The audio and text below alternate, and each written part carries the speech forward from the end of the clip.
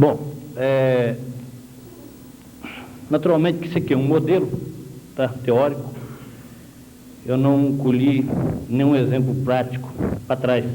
Nós temos, infelizmente, os índices maiores de inflação são mais recentes.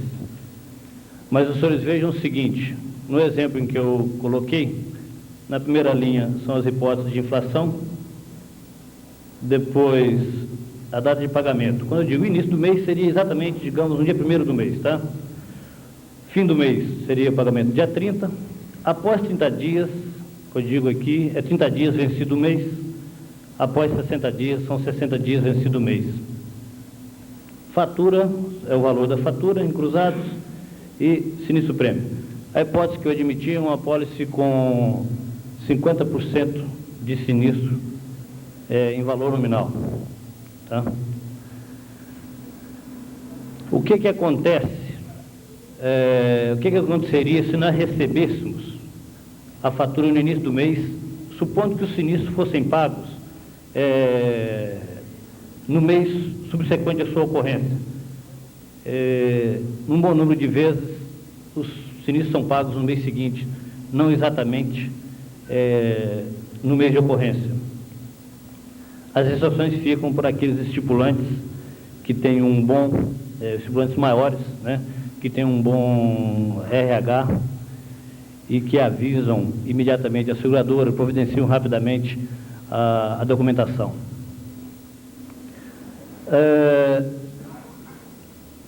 Se nós conseguíssemos receber a fatura exatamente no primeiro dia do mês, uma sensibilidade nominal de 50%, ela cairia, numa hipótese de inflação de 20%, ela cairia para 41,7%, para 38,5% no caso de 30% de inflação e para 35,7% no caso de uma inflação de 40%.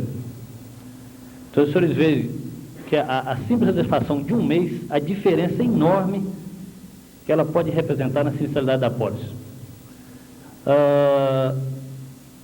Se o pagamento ocorresse no fim do mês, essa hipótese que eu coloco praticamente hoje não existe, e nem a segunda hipótese também praticamente já não existe, deve ser muito rara no mercado. Tá? Então, no segundo caso, nós teríamos sensibilidade de 50% em qualquer dos casos. Na terceira hipótese, que eu creio que já é mais comum, que é o pagamento 30 dias vencido o mês, você tem todo aquele processamento, folha de pagamento, coisa e tal, se encaminha as relações para as seguradoras, a seguradora emite... Vai trocar tudo. Já falei tanto assim? Pelo amor de Deus. Bom, vamos procurar então apressar aqui. Essa hipótese é a mais comum. Então, os senhores vejam que o simples adiamento de um mês aumenta a inflação na mesma proporção, aumenta a sinistralidade na mesma proporção do aumento de prazo de recebimento da fatura. Digo mais uma vez, isso é um modelo, mas na prática a tendência é acontecer exatamente isso. Tá? E na última hipótese, seria um recebimento de 60 dias após, os senhores vejam como que se agrava sobremaneira a sinistralidade. De uma sinistralidade de 50%, ela passaria para 72% no primeiro caso, 84% no segundo, 98% no terceiro caso. Eu gostaria que os senhores fixassem bem isso, porque, lamentavelmente, hoje nós estamos às portas disso.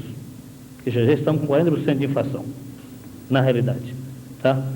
Então, principalmente aquelas pessoas presentes aqui que têm responsabilidade de administração de uma carteira, devem estar muito atentos a esse problema. Aí se pergunta, o que o corretor tem a ver com isso? Depois vamos dizer, o corretor também, quer queira, quer não, embora o João tenha dito que ele não tem nada a ver, mas ele faz parte também desse processo, certamente que poderá ajudar as companhias a resolver esse problema.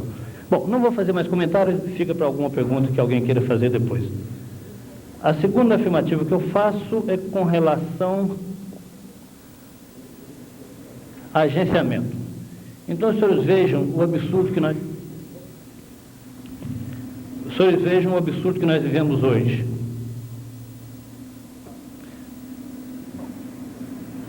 Um agenciamento de 200%, pago contra a fatura, nós teríamos que aduzir um carregamento na taxa pura de 51,8%. Quer dizer, metade do carregamento, mais da metade, teria que ser destinado ao financiamento do agenciamento. Isso numa hipótese de inflação de 35% ao mês e um agenciamento diluído em 24 meses. Faço uma observação. O agenciamento financiado em 60 meses, a esses níveis de inflação, não vai alterar praticamente nada no nível de carregamento. Tá? Eu, na minha carteira, eu financio sempre o agenciamento em 24 meses. A diferença haveria a níveis de 10, 5, 8% de inflação. Mas nesse nível não faz muita diferença. Se quiserem, a gente pode até depois, ao final, talvez não de público, eu posso até dar algum exemplo para quem quiser. Se nós pagamos um agenciamento com 30 dias de antecedência de recebimento do prêmio ou da fatura, esse agenciamento se transforma em 270%. O carregamento nós teríamos que levar para 70%. Com 60 dias, o agenciamento passaria para 364%, o carregamento seria 94,5%.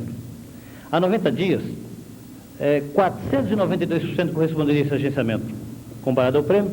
Um carregamento de 127,6%, nós podemos elevar a taxa ao infinito, que não cobriria nunca os custos da apólice. Tá? O crescimento do prêmio é o seguinte: eu não fiz a projeção de crescimento de prêmio, tá? Mas se você crescer o prêmio de acordo com a inflação, o carregamento não vai se alterar. Tá? Aí a avaliação é a valores constantes. Tá? Eu estou mostrando a vocês o absurdo que seria, que na prática, se nós formos trabalhar a esse nível, eu vou dizer isso depois, nós não iríamos a lugar nenhum, teríamos que fechar nossas carteiras.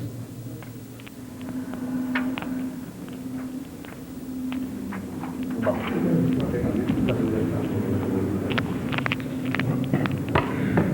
Eu acho melhor deixar para depois do debate.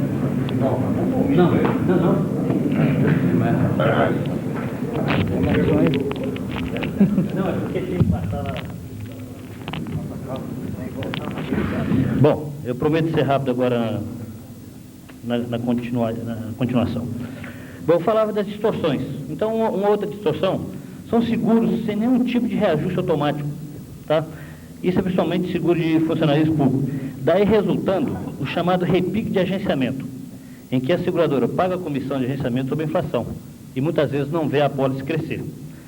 Além do problema financeiro para as seguradoras, eu chamo a atenção de um aspecto. Esses seguros oferecem grande risco à imagem da instituição do seguro de pessoas, pois o segurado ou o beneficiário podem ter grande frustração ao receber a indenização, que de tão irrisória podem causar vergonha à seguradora, ao estipulante e ao corretor. Quer dizer, no final, não sobra nada de indenização. Devido principalmente a esse problema, devemos ser insistentes e convincentes junto à área pública, no sentido de serem permitidos reajustes automáticos nesses seguros, reajustes esses, aliás, já autorizados pelo segurado no respectivo cartão proposta. Uma outra distorção, pagamento de agenciamento sobre reajustes automáticos, que nem sequer às vezes superam a inflação. É uma comissão inflacionária. Bom, diante de tal quadro, a conclusão é óbvia e não animadora. É prevalecer ou agravar-se o atual quadro de inflação, as seguradoras lamentavelmente terão que abrir mão de qualquer apólice na qual se exige o pagamento de agenciamento antecipado ou a níveis superiores, talvez a 100%, mesmo que pagos contra a fatura. As soluções são muito fáceis de ser apontadas, porém difíceis de ser executadas. Quais são? Reduzir os prazos de pagamento das faturas. Então, nós teríamos que renegociar os prazos de pagamento de fatura. E nesse ponto é que eu digo que o corretor poderá ser de grande valia para a seguradora.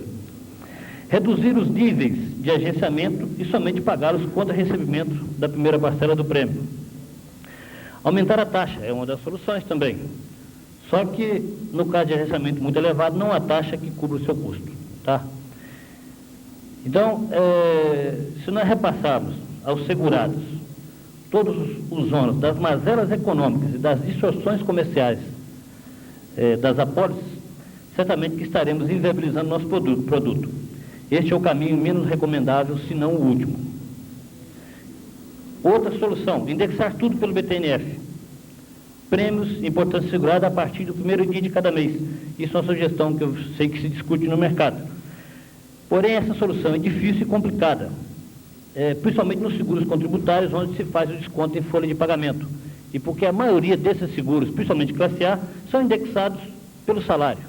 Então seria muito difícil administrar isso, muito complicado viabilizar isso na prática. Essa solução poderia ser mais viável, mais fácil, talvez, nos seguros não contributários, onde a empresa paga totalmente. Talvez fosse mais fácil se negociar com as empresas esse tipo de solução.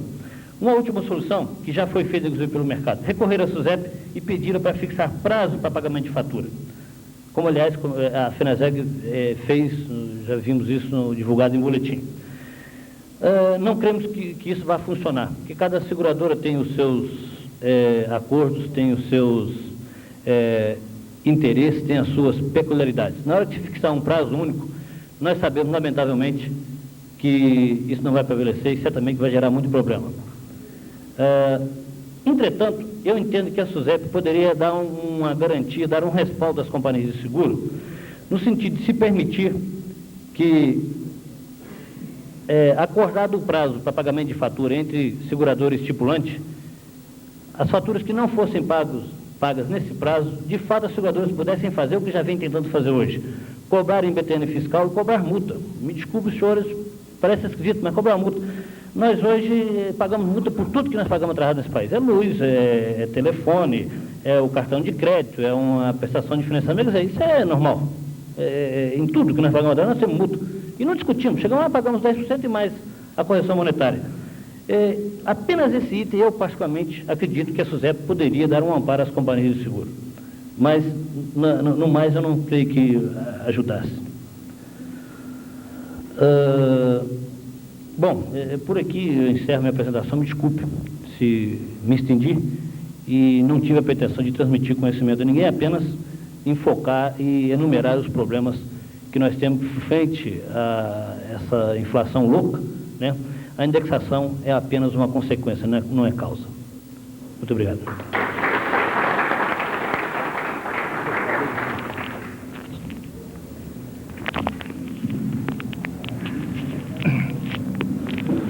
Eu queria informar os senhores que aqui presentes se encontram 2 técnicos dos ramos Vida e Acidentes Pessoais do Instituto de Resseguros do Brasil, Rio de Janeiro, que também se colocam à disposição para eventualmente responder alguma pergunta dos senhores. O nosso moderador é o João Carlos Mendes, formado em administração de empresas, com curso de especialização em marketing, gerente de produção da Bamerindos para o estado de São Paulo e presidente do Clube de Vida em Grupo de São Paulo. Vamos iniciar então agora os debates, né? Bom, deixa eu iniciar até me desculpando por ter cerceado as perguntas de 2 companheiros que estão presentes, mas isso foi uma discussão feita anterior aos primeiros painéis, aos outros 2 painéis, e julgamos que seria essa a única forma de conseguir concluir, né, os trabalhos. Antes de passar a palavra para os senhores, eu só gostaria de fazer alguns pequenos comentários. O POFO enfocou muito bem o número de seguradoras que operam hoje. Me parece que nós, seguradores, não estamos criando nada que possa facilitar até o crescimento da área vida. Pois a representatividade, pelas estatísticas que o Kepler mostrou, me deixaram, a gente já sabia, conhece os números, mas cada vez que vê fica mais preocupado ainda. Temos a perspectiva de lançar os novos produtos. Eu acho que o VI hoje seria uma ideia muito boa. E outros milhares de produtos que nós poderíamos lançar e não estamos fazendo. E até muitas vezes justificamos que é a SUSEP, que é o IRB e tudo, mas eu acho que é falta de iniciativa, principalmente dos seguradores. Eu gostaria de abrir, então, para debate, mas eu gostaria que o senhor que fez a primeira pergunta, por gentileza, se identificasse e repetisse a pergunta, e depois a segunda pergunta seria do Delcides, e aí nós abriríamos para todos. Tudo bem? Ótimo. Eu gostaria que o senhor se identificasse e repetisse a pergunta, por favor. Feliz Soares, eu corretor do Rio de Janeiro.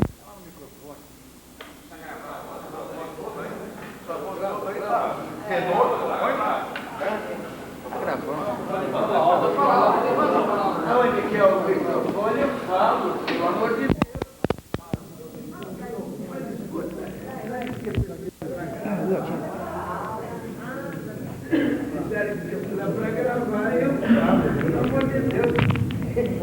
Aí, fala daqui, então. Eu não tenho receio do que vou falar. Boa tarde, senhores membros da mesa. Celi Soares e Silva, corretor de seguros do Rio de Janeiro. A minha pergunta, ela deveu-se à orientação ou ao dito, ou ao que dissera o expositor, de que o estipulante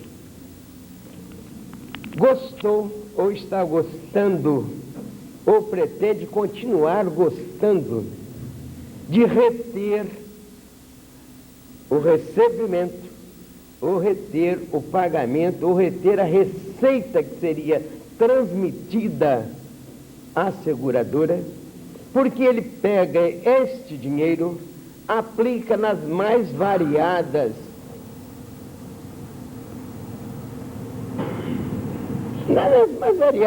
maneiras de melhorar a sua rentabilidade.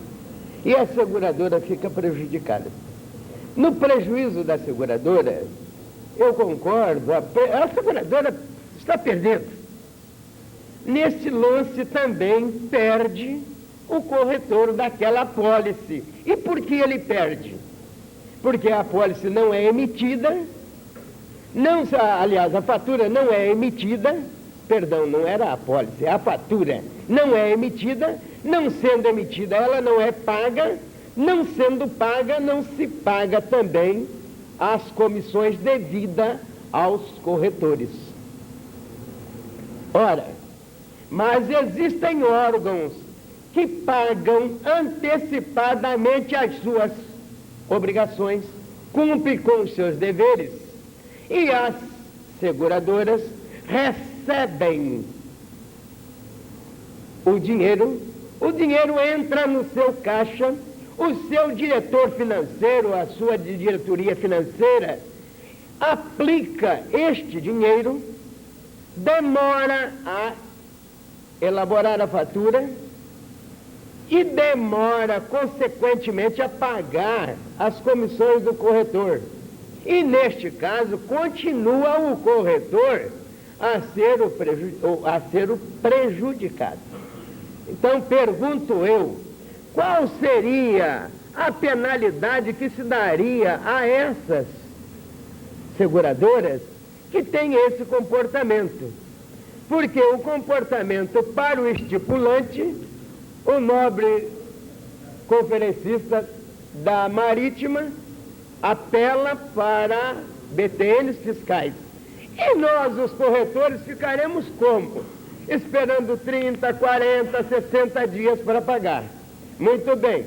O caso do sinistro também já está devidamente equacionado. E por quê? Porque ele faz a sua ressalva e pede em BTN fiscal, que ele não é maluco em pedir em BTN cheia, porque senão você vai receber só no fim do mês. Ele recebe aquela primeira parcela e faz a ressalva e vai esperar.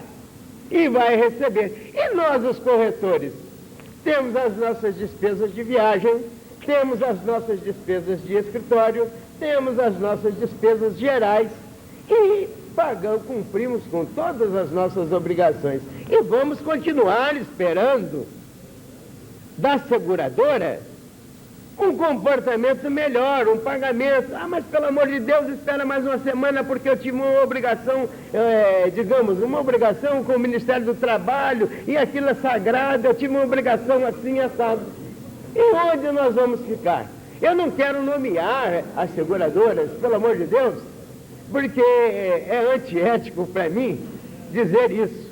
Mas isso acontece no nosso mercado, de norte a sul do país. Corrigidos e tudo mais.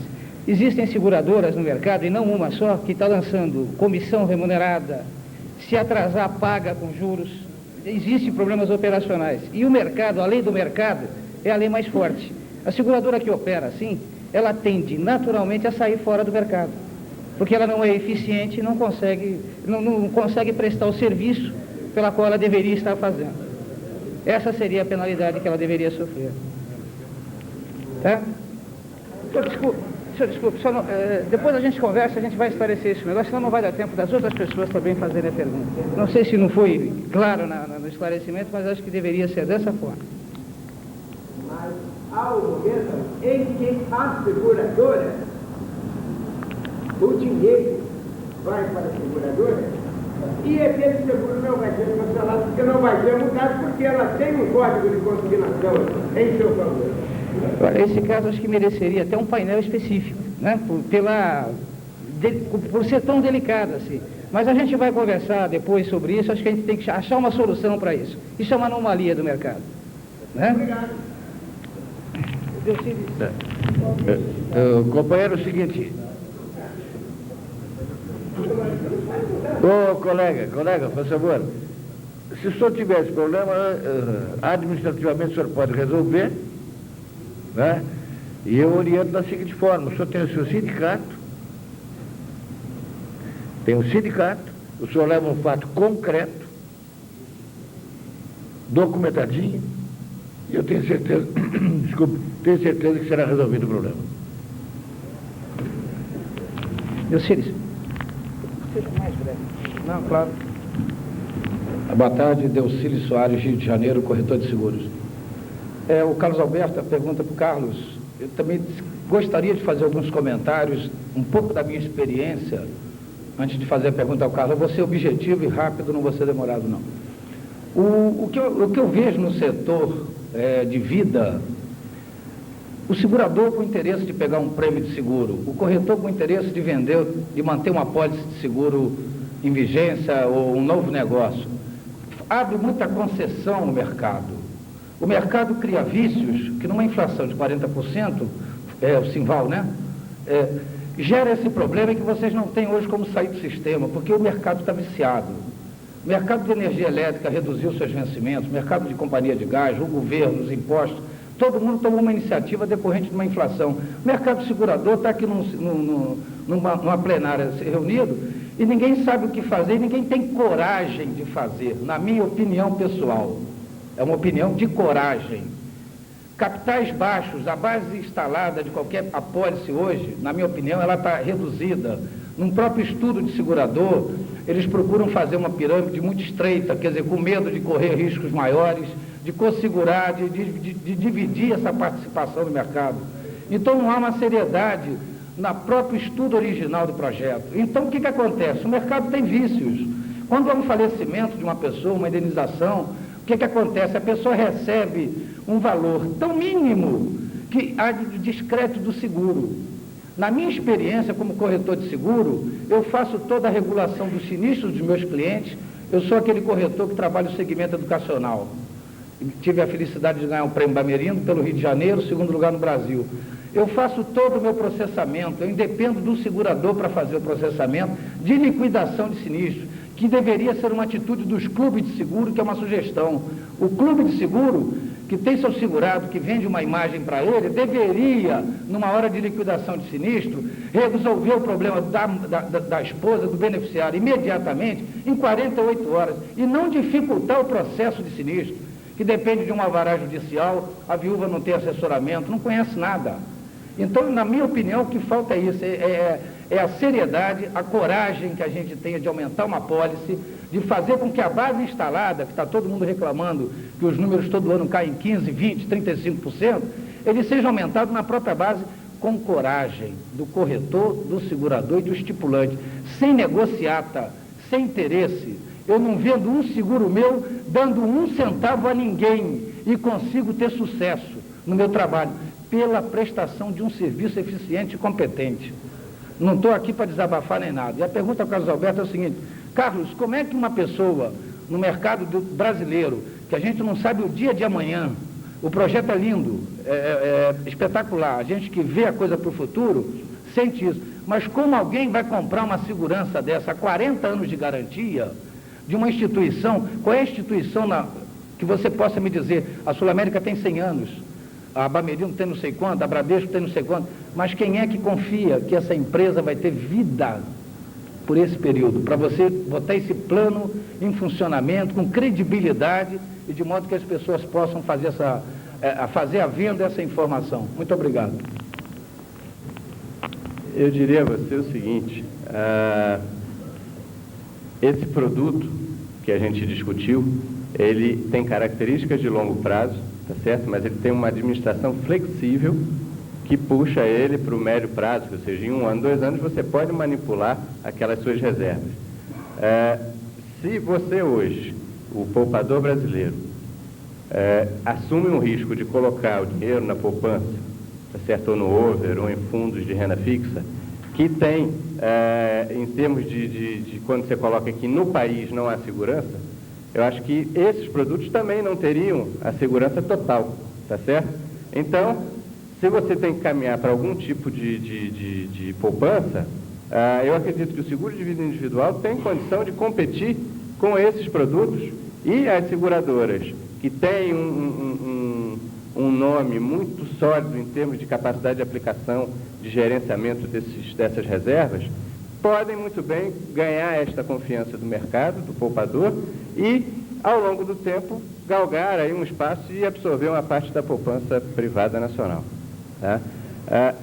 Só complementando o seu comentário inicial de que não houve ainda medida, ou pelo menos iniciativa do mercado para solucionar esse problema de prazo de pagamento de fatura e pagamento sinistro, existe uma proposta da FENASEG à SUSEP para que se estabeleça um determinado dia dentro do mês de risco em que o prêmio seria convertido em BTNF e os sinistros também seriam convertidos em BTNF a partir do aviso. Tá? Já existe a proposta, no detalhe, seria o seguinte: você pega o mês do risco, se o prêmio é recolhido antecipadamente, tá certo? Como diz a norma, você recolhe no mês de janeiro o prêmio de fevereiro. Então, no dia 10 de fevereiro, o prêmio já está no caixa do estipulante, tá certo? Então, nesta data, se transforma em BTNF. E a fatura é emitida no dia 15, no dia 20, tanto faz o dia que ela foi emitida, porque ela vai ser emitida em quantidade de BTNF. Tá? E os sinistros seriam pagos também em BTNF a partir do aviso, que aí cabe aos corretores e pessoal de RH das empresas fazer com que esse aviso seja feito de forma... eu acho que é uma alternativa, isso geraria uma quantidade enorme de renegociação de taxas, tá certo? Porque realmente estaria antecipando o prazo e estabelecendo uma nova relação de sinistralidade, etc. Tá? Então, já existe pelo menos uma movimentação no mercado no sentido de achar uma saída para isso. Tá?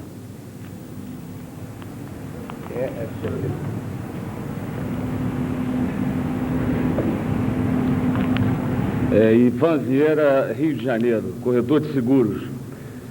Preliminarmente, eu queria prestar um depoimento sobre o trabalho do Deucílis, que eu sou segurado, e que deveria o seguro funcionar desta maneira. Eu tenho 2 filhos pequenos que estão no colégio e sofreu um acidente. Então, não tinha o seguro dele ainda, ele não operava no mercado. Então, o colégio chega, chama o pai, liga para a mãe apavorada, chama o pai sai desesperado do trabalho, vai apanhar a criança, cortou, rasgou o dedo, não escorrega, aí tem que achar um médico para costurar e tal, fica um tumulto tremendo. Outra situação, o Deucílis explora esse segmento, eu sou o segurado, que dei muito sinistro a ele, meus filhos são bem sadios. O meu garoto quebrou o braço no colégio. No final da tarde, na hora de apanhar, a minha esposa foi avisada que houve acidente e de que foi tudo, o garoto foi levado para a clínica mais próxima, foi atendido, está tudo bem e é só ir lá buscá-lo. Então, isso é seguro. O seguro tem que funcionar da maneira tão simples de contratar como na hora de liquidar. A hora que nós tivermos essa agressividade, que é pioneira, o corretor ocupando esse espaço, vai começar a revolucionar o seguro. Eu queria fazer agora 2 colocações. Primeira, para o senhor que tem uma carteira muito grande, como é liquidado um sinistro de ANDS hoje, comum lá? Qual é a incidência? Qual é o nível de satisfação do segurado? No nível MDS nós temos muito pouca coisa. quase não operamos com eminência. Mas quando ocorre, o que nós fazemos é o seguinte: nós autorregulamos o sinistro, correto? E damos um prazo de 4 dias úteis para a seguradora emitir o cheque. Eu sei, mas como funciona a mecânica operacional? A pessoa quebrou uma perna, o que ela faz? Veja bem, você quer se fixar no MDS, vai atrapalhar um pouquinho, que não tem a prática necessária para responder à sua altura. Mas se você quiser uma resposta sobre... Eu queria fazer essa colocação, então alguém na mesa pode fazer?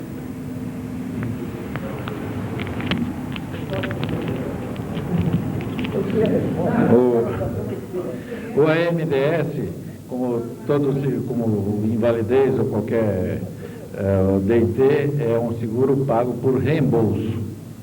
Então, compete ao segurado fazer o aviso, primeiramente, depois pegar os comprovantes, entregar na seguradora, a seguradora examina o processo e liquida dentro a sua rotina de liquidação. A documentação, estando na seguradora, é 3 dias aproximadamente o prazo de liquidação. Não paga? Bom. É isso. Então, só um minutinho. Então, nós temos um problema. Um problema. Então, eu tenho o corretor, vende um seguro de acidente. Deixa eu continuar. Tá bom. Eu sei que nós colocamos aqui na mesa muitas coisas teóricas. Isso aqui é uma coisa prática, é o dia a dia do corretor. Tá? Deixa eu concluir, eu vou te atender. Então...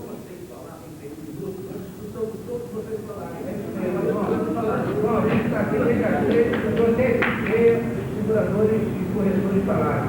Dá um espaço para plateia assim. Não estamos trazendo coisas pessoais.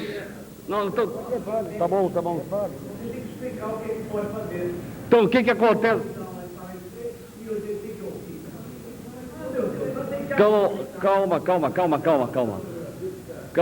Calma. Nós temos que estar unidos para procurar atender a pessoa mais importante que é esquecida, que é o segurado. Então, hoje, no mercado, primeiro a cláusula é mal vendida. Ninguém sabe qual é o custo de uma assistência médica. Então, o segurado, quando compra uma cobertura que lhe é empurrada, ele não sabe usar e ela, em geral, é insuficiente. E a maioria do nosso consumidor, se ele sofrer um acidente no meio do mês, ele não tem nem dinheiro para procurar um hospital. Então, tem que mudar isso, ou então o corretor ocupar o espaço. Nós temos que montar esquema como ele monta. Tá ok.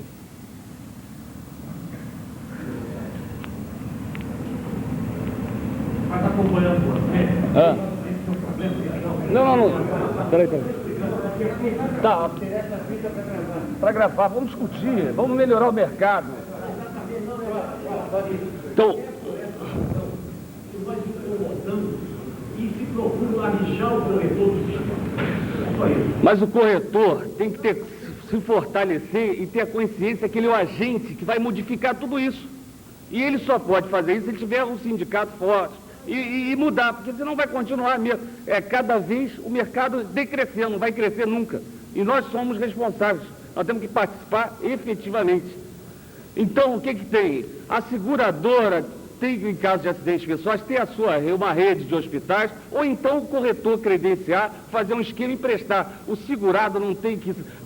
quebrou uma perna, vai lá no hospital, tal, e é engessado, saiu, não paga nada, assina lá a nota, e no próprio hospital, aquela nota já é o aviso de sinistro que manda, e a seguradora entende direto com ele. É isso que tem que ser o seguro tem que funcionar dessa maneira. Senão não anda, é uma burocracia. Querem saber aí um detalhe do aviso sinistro foi mal preenchido. Então tem que desburocratizar. Esse é o sentimento que quem está do outro lado, vê. E a cobertura, por não conhecerem, vendem os capitais mínimos. São capitais mínimos que não atendem nada.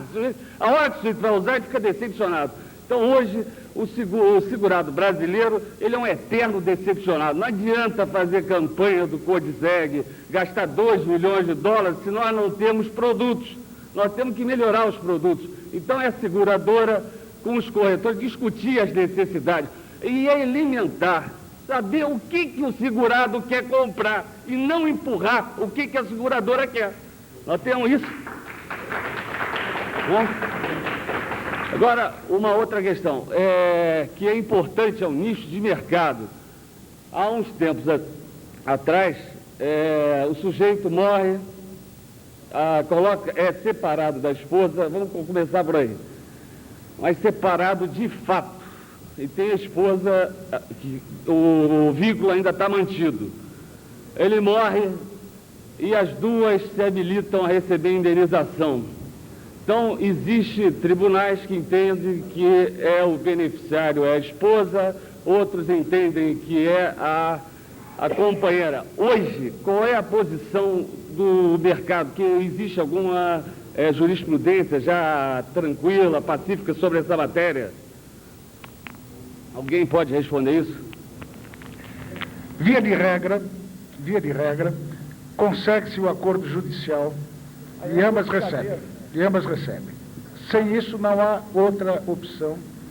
Depositar em juízo, dor de cabeça. Não estou dizendo depositar. Ao invés de depositar em juízo, a maneira mais prática é promover o acordo entre as duas. Porque senão o assunto vai para escalando as negras.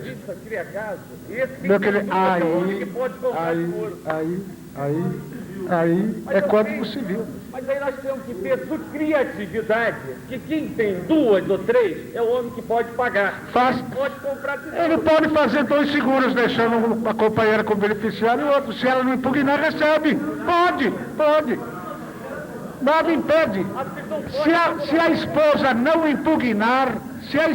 não impugnar o pagamento do segundo seguro que foi feito para companheira, tá? Não há como não pagar. Não há como não pagar.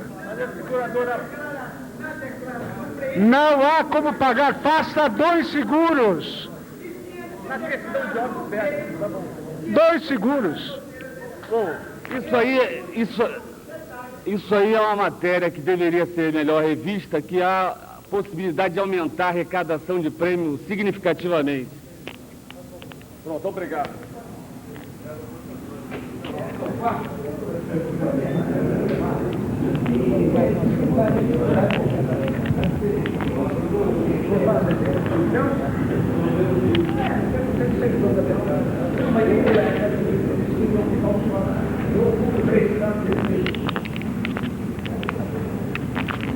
Senhores, boa tarde.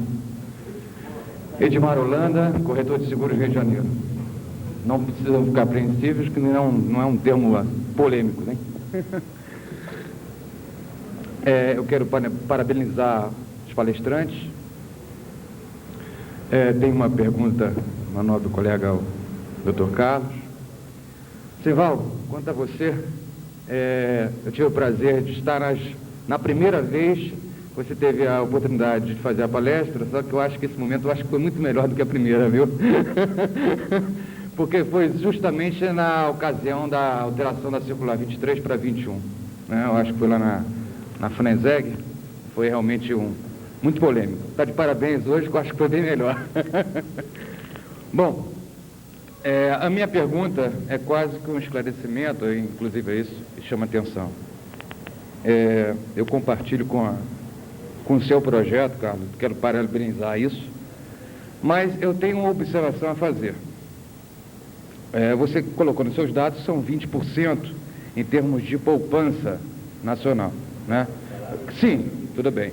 Mas eu não sei se você computou aí o outro mercado, que é de aplicações financeiras, de Open, Over, Ouro, tudo aí. Bom, sabendo de nós poderíamos fazer um projeto para justamente tentar uma transferência desses recursos para o nosso setor específico de vida, eu acho que, primeiro, para a venda de qualquer produto, precisa de segurança deste produto e a credibilidade. Que compartilho com o Delcílios, que eu acho que a pergunta vai simplesmente complementar a sua, Delcílios. Bem, então, em questão de caderneta de poupança, foi feito um projeto através, inclusive, da CBPE, não é isso? Para que aumentasse a poupança nacional. E o povo foi realmente colocado para vamos dizer, a colocação de maiores depósitos da caderneta de poupança. Bem, que acontece em termos atuais? Qual é, vamos dizer, a dúvida hoje do poupador? Primeiro, que o governo estatize ou tente, vamos dizer, suspender, ou vamos dizer assim, pegar de empréstimo essa poupança. É isso? Eu estou tentando, né? Exatamente. Então está trazendo uma insegurança de mercado para os poupadores de caderno de poupança. Bom, em termos de transferir esse recurso para o seguro de vida individual, eu só teria um questionamento para você, e talvez para todos. É que no mercado, para transferir uma parte realmente ponderável desses recursos, seria necessário que, primeiro, tivesse realmente seriedade nos estudos atuariais. Porque não é possível que, nos 5 primeiros anos, esse poupador fizesse realmente esse plano com um certo critério atuarial e depois, 5 ou 10 anos mais tarde, esse critério fosse modificado. Porque aí vão ocorrer o que ocorre nos outros ramos de seguro. O corretor berra de um lado, o segurador berra de outro, e a SUSEP entra tentando normalizar e se altera todas as condições.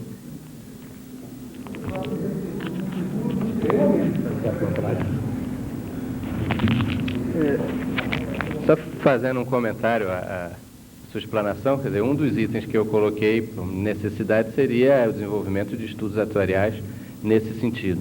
Eu acho que até o próprio mercado de seguros já vem demonstrando uma maior preocupação em atender melhor o segurado, já vê o segurado hoje como a mola mestra de todo o sistema, tá certo? O Codiseg é função disso, as seguradoras se investindo fortemente em informática, em produtos novos, em assistência ao segurado fora da apólice específica de seguro, ou seja, na hora que ele está ali com um problema que precisa da ajuda, quer dizer, tudo isso já começa a aparecer, é uma preocupação em prestar o bom serviço e demonstrar seriedade.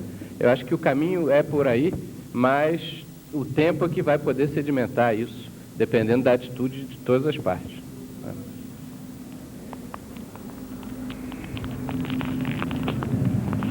Mais alguém?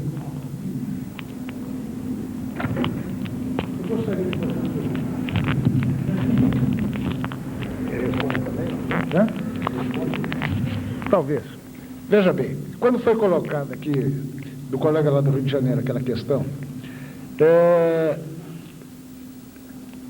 eu gostaria, se voltou à tona da questão da cobrança de prêmios com velocidade, etc.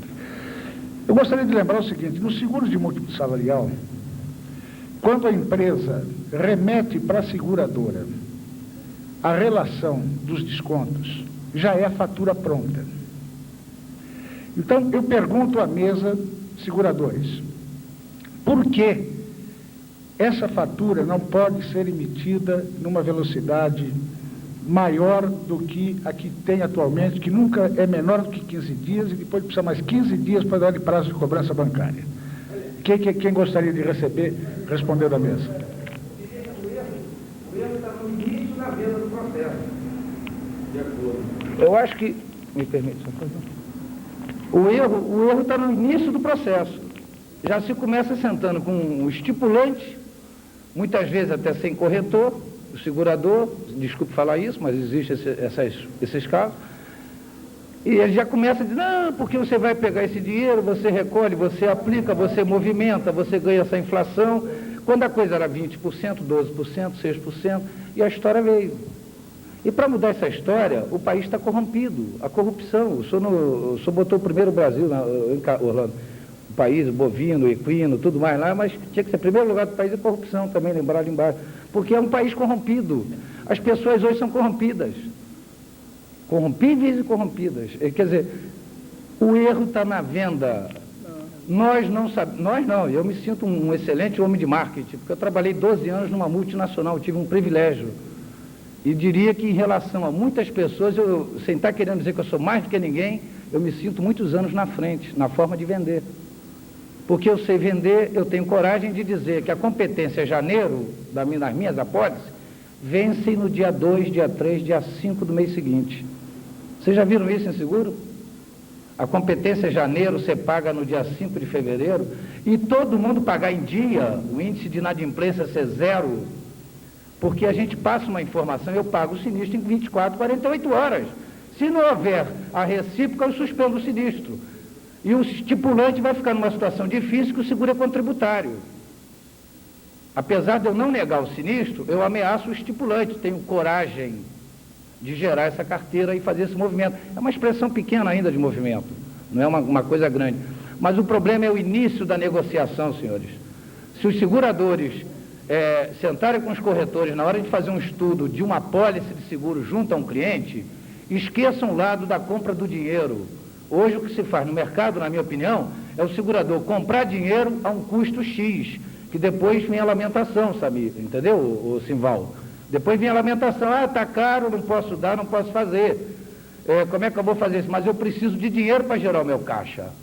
Na minha opinião, não está se vendendo um produto industrial, está se vendendo um produto financeiro. E falta, mais uma vez eu digo, coragem ao mercado, aos corretores e aos seguradores, de dizer para o estipulante que a regra do jogo é essa, mas não é uma regra que a SUSEP imponha, não é uma regra que o IRB determine, não. É uma regra que nós temos que ser criativos e definir o que nós queremos para o nosso mercado. O SUSEP e o IRB, na minha opinião, eles têm que estar na função fiscalizadora, não tem experiência do risco, submete e pede, mas a iniciativa de criatividade tem que ser nossa. Na minha opinião é isso, falta coragem para a gente ter a iniciativa de perder uma conta e ganhar um negócio. Saber perder e saber ganhar um negócio. Com coragem e com criatividade. Gostaria que vocês, se quiser comentar o fato, por favor. Me permite complementar o doutor Carlos.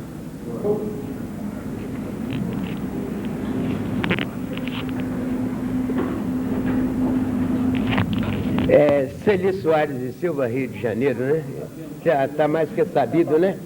O doutor Carlos Pofo disse o seguinte, que quando eu remeto, o meu estipulante remete, o meu empresário remete a relação dos seus segurados, a fatura já está pronta.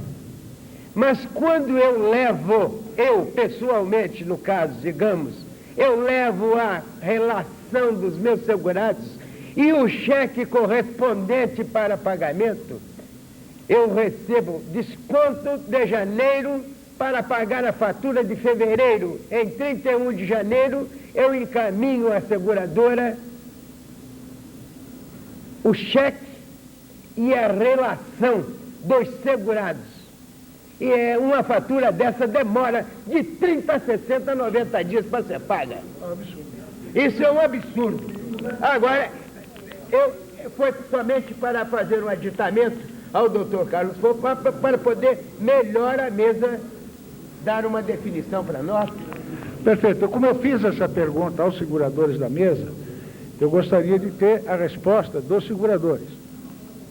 Quem se habilita? Oi? Pois é.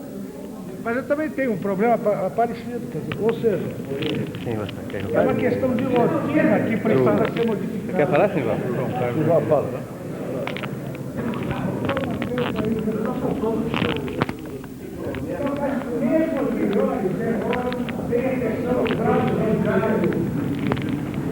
Pode emitir a nota para pagamento da participação. Bom, fica a impressão, com as colocações que o companheiro fez, de que, primeiro, quando ele falou do atraso de comissão, etc., que isso é prática com muitas companhias de seguros. Fico satisfeito de ouvir isso do senhor. Se de fato a companhia não paga a comissão em dia, o corretor, aquela história, o mercado é grande, além das 92 tradicionais, várias companhias entram hoje no mercado.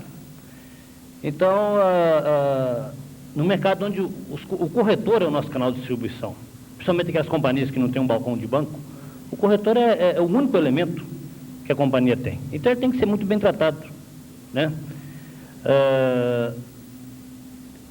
Esses são aspectos. Então, se o senhor tem tanto problema, talvez fosse bom pensar em mudar de companhia, né? Certamente...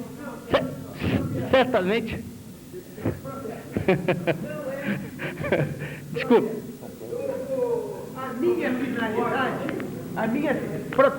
A minha finalidade não é mudar de companhia. A minha finalidade é criar-se em companhias de seguro pessoas responsáveis, capazes de solucionar os seus problemas internos. Porque o corretor de seguros não pode assumir a responsabilidade do segurador e nem muito menos o beneficiário daquela importância devida por indenização porque o indivíduo morreu ou porque ele está inválido ou coisa semelhante. Quantas vezes eu pago do meu bolso por antecipação e digo para ele assim, ó, no dia que você tiver que receber, você me devolve. Porque é lamentável você ver um indivíduo para receber 1.000, 2.000 cruzados, esperar 60, 90 dias para receber esse dinheiro. Mas olha, o senhor me desculpe, eu acho que é lamentável realmente a gente ouvir o senhor dar esse testemunho aqui, porque eu particularmente, pelo menos, entre as companhias com as quais eu trato, eu não sinto, tá certo que eu estou do lado das companhias, mas não vejo esse problema, não vejo na minha companhia, nós pagamos, me desculpe, não quero dizer que somos a melhor, mas pagamos sinistro rápido, conheço as maiorias das companhias, o prazo rápido meu, um sinistro, eu vou ser franco a você, em média, 3 dias eu liquido em sinistro, tá? Eu tenho, se você me coloca no Rio de Janeiro um sinistro na segunda-feira, normalmente na quinta-feira ele está de volta. Agora é claro que você tem as exceções, mas em média é isso, entendeu? A marítima. Agora, não somos só nós que temos esse procedimento, eu quero crer. A velocidade de pagamento depende da estrutura de cada companhia, naturalmente. Mas, lamentavelmente, 60 dias, isso realmente não é prazo, é um problema sério, né? Um dos motivos por que foi fixado, por exemplo, a indexação no sinistro, é exatamente para inibir esse tipo de procedimento, para resguardar os direitos do segurado. Nós temos, lamentavelmente, os senhores corretores sabem disso, sinistro, que nós somos obrigados a investigar. Entretanto, primeiro aviso que nós damos ao corretor, o senhor pode ficar sossegado, que o sinistro está sendo corrigido, mesmo antes da exigência explícita, como nós temos agora, de correção. Ramo vida.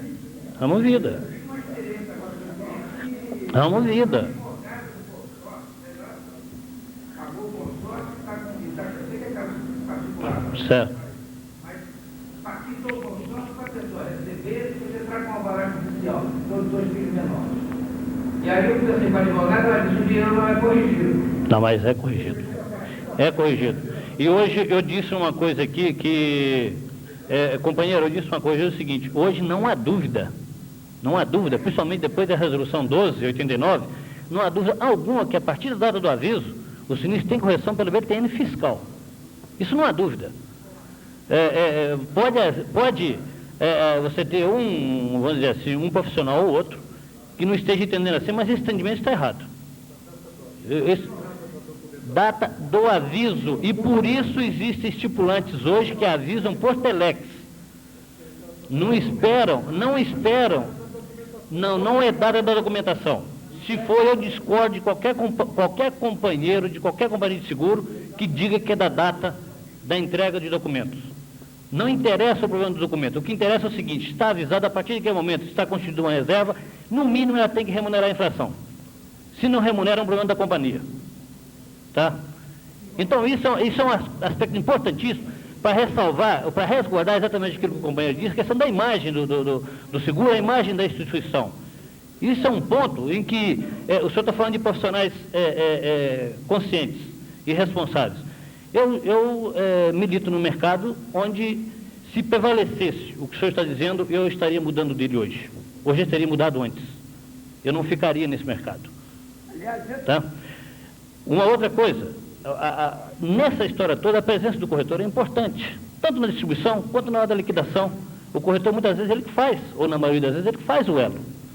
Tá? A questão da documentação, um corretor bem orientado já leva na companhia a documentação toda. Né? Então, a atuação do corretor é importante. A atuação da companhia é no sentido seguinte: nós temos um mercado em que, se ele não for bem atendido, aquele elemento do mercado, aquele componente que não marca a presença adequada, ele vai sair do mercado, ele vai ser erijado, não tem jeito. Nós temos cada vez mais a concorrência. Eu me referi hoje aqui a uma concorrência acerbada em questão de taxa, etc. Só que essa concorrência se faz entre companhias. Ela hoje, o que acontece na prática? Ela acaba beneficiando o segurado, tá? E ela não está resultando, pelo menos até o momento, em malefício no segurado, no que diz respeito, por exemplo, a pagamento de indenização. Se eu aceito um seguro, uma taxa que me dê prejuízo, problema meu. Na hora de pagar o sinistro, eu não posso olhar isso. Eu acho que a companhia, na hora de pagar o sinistro, ela não olha o balanço, ela não olha o resultado da pólice, ela não olha o resultado do corretor. Se o sinistro devia, tem que pagar imediatamente. Sim.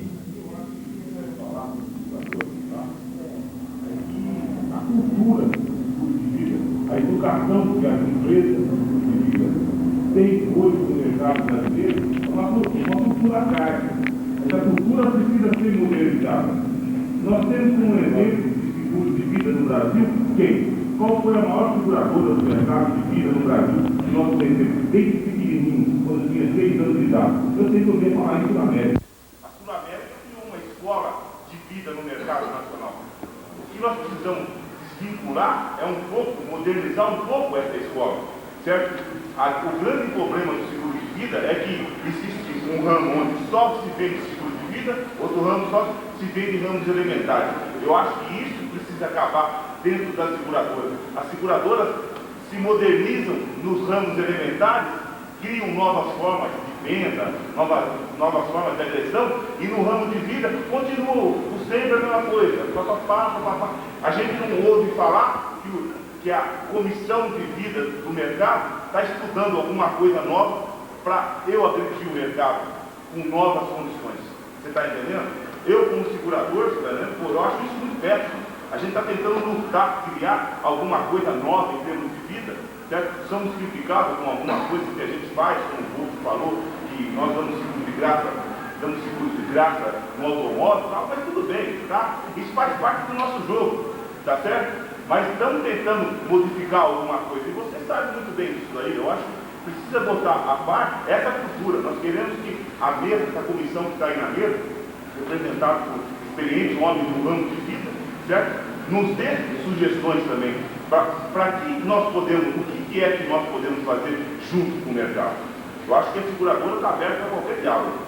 Agora, tem que ser um diálogo bastante aberto e franco, para que nós possamos melhorar a estrutura de vida do mercado. A estrutura de vida do mercado é rançosa.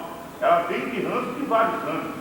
Certo? Eu nasci dentro do vida, eu fui um agenciador de seguro, certo? Eu fui um inspetor de manutenção do vida, certo? Daí o que aconteceu? Eu tive que mudar para o ramo elementares, eu tive obrigatoriamente, para mim ter uma carreira dentro da minha empresa de seguro, eu tive que passar para os ramos elementares, porque eu percebi que eu ia chegar num patamar no vida e eu ia ficar aí o resto da minha vida, certo? O senhor vamos pegar os grandes gerentes de vida de companhias de seguro que existem no mercado hoje operando, entre as 10 primeiras companhias do mercado, são pessoas de 30, 35 anos no cargo, como gerentes de vida, gerentes de produto. Eu não vi essas pessoas ainda darem um passo a mais, e que mereceriam dar esse passo a mais. Eu acho que é essa estrutura que nós precisamos mudar. Eu estou aberto às sugestões. Eu gostaria de responder, mas tem gente que não.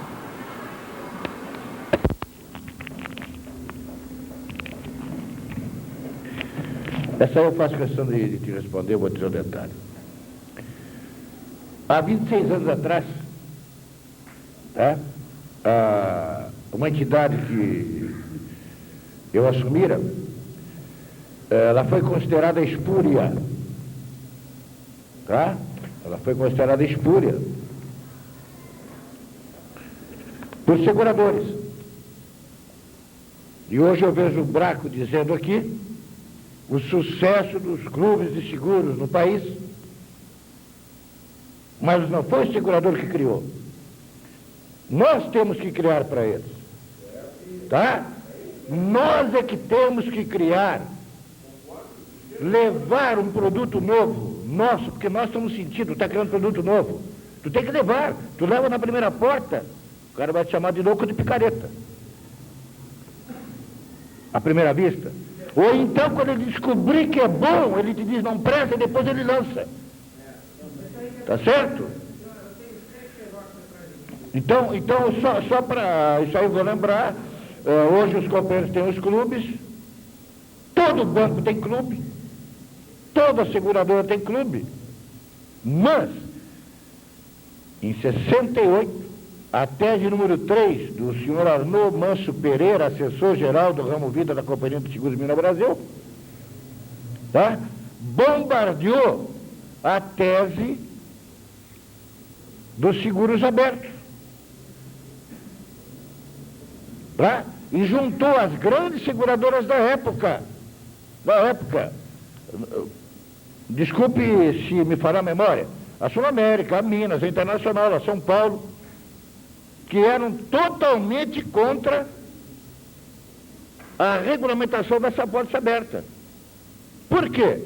Grandes carteiras de seguro individual e essa apólice aberta que nós possuíamos, exatamente estava tirando esse mercado. Nessa conferência, eu não vou me alongar, apenas esse companheiro da época, uma pessoa extraordinária, um técnico extraordinário, chamou de, veja bem, rapidinho, todas essas considerações a respeito de normas tão conhecidas vêm a propósito de notícias circulantes no mercado segurador brasileiro há 26 anos atrás. Então eu hoje me sinto satisfeito e tenho que falar isso, porque nós estamos no 6º Congresso Nacional de Seguros, estamos falando no Seminário de Seguro de Pessoas, em que a gente sente essa dificuldade, a liquidação do sinistro, a demora, o faturamento, o prêmio, quando se condena, muitas vezes os bancos ficavam com os avisos de crédito dos clubes de seguro 20, 30 dias. Como é que tu ia dar aquele subsídio para que a seguradora pudesse faturar? Então, na hora de mudar a regra do jogo, não pode ser um nado só. Tá? Tem que sentar no mercado, porque assim como o segurador tem problema de aplicação, tem problema da inflação, tá? Também o corretor que administra a sua apólice, ele tem dificuldades lá fora. É cobrança, é banco. Então dizia, de que no bojo de regulamento...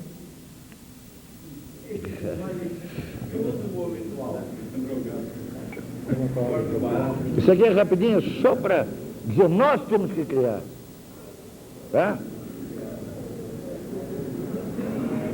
Então dizia, mas é importante como pensava um lado do mercado segurador a respeito dessas apólices. Tá? Que no bojo do regulamento das operações de seguro em grupo, ora em fase de elaboração, veja bem, aquilo ia para a SUSEP e depois para o IRB. Estaria incluída a regulamentação das chamadas apólices abertas, foi falado tanto hoje no sucesso dos clubes, que umas poucas seguradoras, veja bem, vem lançando no mercado sem que, para tal, possa se estribar em qualquer dispositivo legal ou norma técnica. Então nós fomos ilegais durante 6 anos, ô Braco. Ilegais, tá? É de se admirar que a seguradora de reputação firmada se abalance a operações de seguros em grupo carentes de todas aquelas regras de seleção. Molina, me ajuda, que não era isso. Onde nem sequer há elementos para a fixação da taxa e que, consequentemente, são um salto no escuro. Aqui deve ser um salto no escuro. Alegam os defensores da ideia, é espantoso que se pretenda legalizar tal prática. Eu era um ilegal na época. Tá? Felizmente não fui para a cadeia porque não ia, né? Contraria todas as normas técnicas do seguro em grupo. Alegam os defensores da ideia de que a regulamentação teria o condão de dar às seguradoras condições para enfrentar a concorrência dos Montepios, que estavam nascendo, dos GBOX e outros, que em desafio à técnica e às boas normas do seguro vem operando no país. E assim vai, mas só vou ver. A vingar tal teoria simplista seria o caso de amanhã o Banco Central. Não interessa, vou dizer mais na frente. Dizia mais, o risco será da instituição do seguro, Vejam bem. Se prevalecesse essa tese, eu teria sido cassado. E não existiria nenhum clube de seguro no país. 68. Sexta Conferência Brasileira de Seguros Privados e Capitalização lá em Curitiba. Tá? O risco será da instituição do seguro tão flagelada pelos reveses da concorrência desenfreada que agora emerge confiante e sólida, mercê de medidas governamentais aceleradoras. E o risco é tão mais grave porque atingirá a confiança pública. Veja bem, arduamente conquistada a falência de uma dessas organizações espúrias. Então eu também era espúrio. Tá? Refletirá no conceito que o público faz do seguro, pois ele não saberá distinguir, principalmente porque algumas delas, impunemente, procuram cobrir-se com o fictício manto governamental. Bom, aí viria. Então ele terminou aqui dizendo. Aí, no final, ele diz assim, quer saber quem funcionará como estipulante? Quem vai administrar a pólice? Qual será o prolabore? Qual será a comissão? Critério de taxação. Ele pergunta no final, quem vai cobrar? Como será feita a cobrança? Não, aqui era a tese. O Arnaud Manso Pereira, assessor-geral do ramo Vida da Companhia de Seguros Mineiro Brasil. Não, as Minas não teriam clube de segurança hoje. Entende? Bom, no final, o que ele pede? Né, que fosse mais recusada e não aprovada e tal. Diz assim. E aqui a outra tese era exatamente ele não chamava pólice aberta.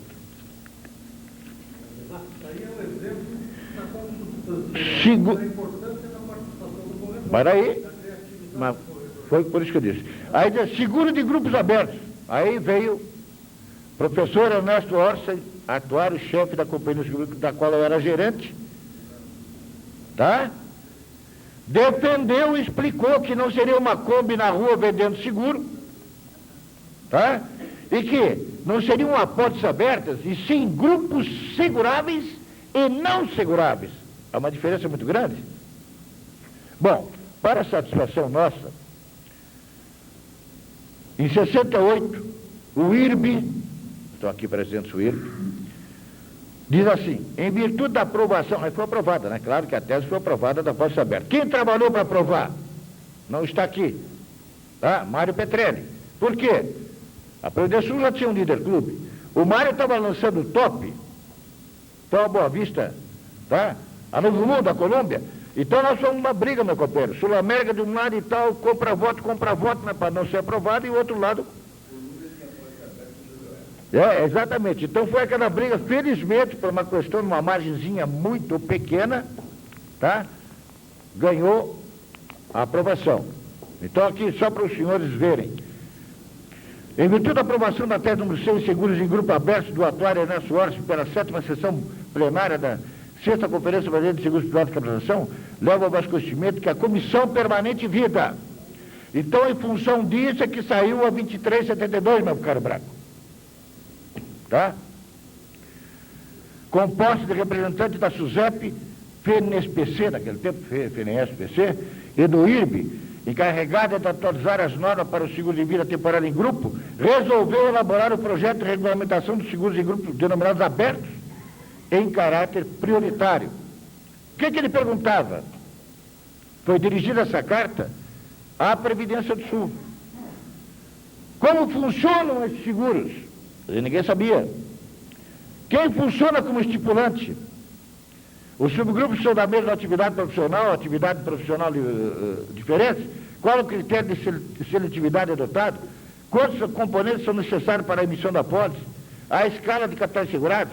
A livre escolha do capital do segurado? Quer dizer, todas perguntas, comissão, administração, quem cobrava? É emitida a pólice nessa modalidade? Qual a experiência dessa sociedade seguradora com esse seguro? Espúrio, ele não colocou, mas dentro da concepção anterior é espúrio e tal. Bom, a nossa companhia naquela época disse o seguinte: quanto aos grupos do Líder Clube representados pelas apólices 1003, 1004 e outras, posteriormente emitidas como parte de um todo, a serem resseguradas em conjunto, aí vem. Deu tudo, deu a experiência, como é que era cobrado, como é que era não cobrado. Disso aqui depois saiu a 2372. Então, mais uma vez, se passaram 26 anos, eu te peço, cria algo de novo, tá? E leva ao segurador.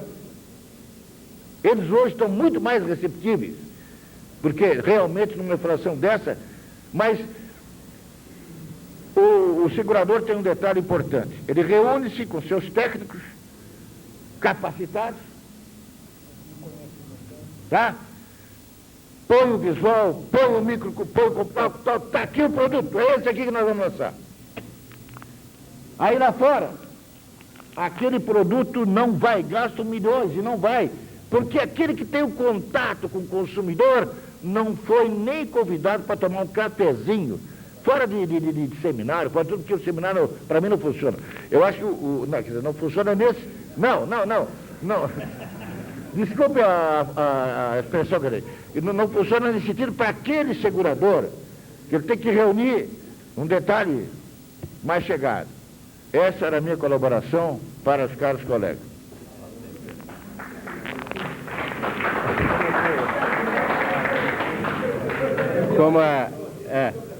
Eu vou bem rápido, porque como a minha seguradora foi mencionada aberta, eu queria fazer alguns comentários. Primeiro, no que diz respeito ao comentário de a Sul América ser uma empresa de 100 anos, praticamente, está com 90 e tantos anos, eu acho que hoje ela já demonstra que é uma empresa moderna, jovem, tá certo? Trazendo produtos novos, como o plano de assistência 24 horas, o seguro saúde, que saiu agora 1º de outubro. Em São Paulo nós modernizamos lá as cláusulas de invalidez de curto prazo. Eu digo, hoje já é uma empresa moderna, jovem, etc. E quanto a essa parte da circular, quanto a essa parte da circular, eu acho que toda boa ideia encontra resistência em determinados lugares, tá certo? Tanto pode ser do lado A ou do lado B. E o fato dela ter sido bem vendida, bem batalhada, bem trabalhada, levou à sua concretização. Especificamente em relação à Sul América, quando da Circular 21, a Sul América foi uma das que mais lutou dentro da comissão técnica da SUSEP para a abertura de livre taxação, pagamento de lucros com os valores corrigidos monetariamente. Todas aquelas melhorias foram bandeira da Sul América dentro do projeto. Então, no momento, pode ter sido, talvez até pela própria condição política da época, de um lado, e em outro momento foi mais. Mas acho que faz parte em toda a negociação, isso faz parte. Então, eu tenho que fazer justiça à Sul América num detalhe. Naquela ocasião, vencida, ela esperou uma experiência e, em 71, passou a ser cotista do Líder Clube comigo. De repente, com outra pessoa já conversando.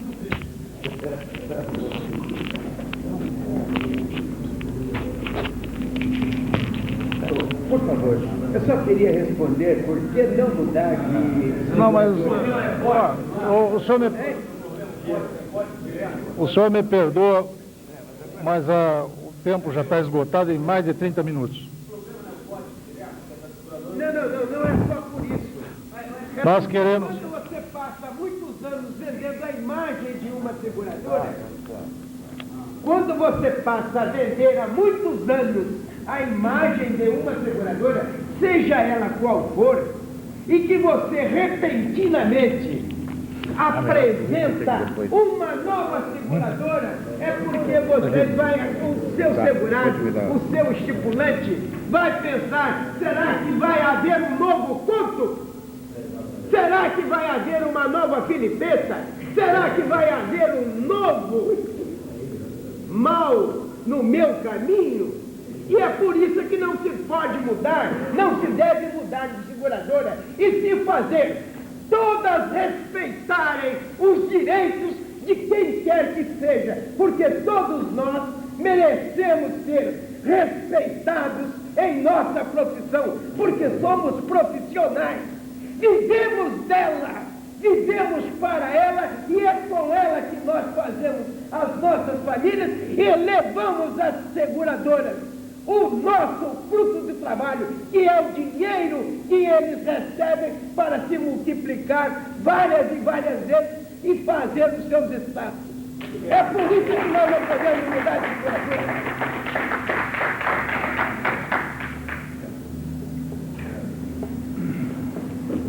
Nós agradecemos a participação de todos, em especial aos senhores palestrantes.